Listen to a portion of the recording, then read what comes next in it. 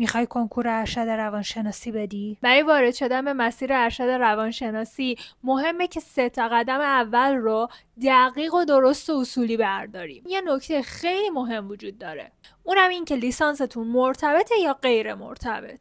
لیسانس مرتبط میشه روانشناسی و مشاوره، لیسانس غیر مرتبط هم که غیر مرتبط دیگه. اونایی که لیسانس غیر مرتبط دارن کلا کنکور وزارت بهداشت براشون قفله.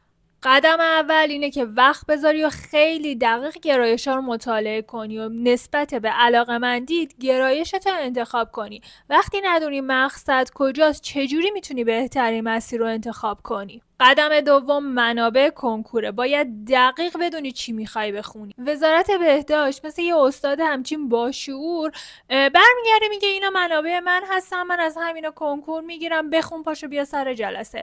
اما وزارت علوم این شکلی نیست. هر سال یه سری متخصص کنکور باید بشینن طبق کنکور سال قبل در بیارن که وزارت علوم از کجا و از چی امتحان گرفته. قدم سوم اینه که بدونی دقیقاً تا کنکور چقدر تایم داری. مثلا الان ما تا کنکور 405 حدوداً 6-7 ماه زمان داریم. این خیلی مهمه که این زمان رو درست و اصولی برنامه ریزی کنی که هم بتونی منابع رو تموم کنی، هم مرور رو جمع‌بندی. خیالت راحت، هم برای منابع هم برای برنامه ریزی 2 فایل آماده کردم که فقط بهم دایرکت بدی برات میفرستمشون.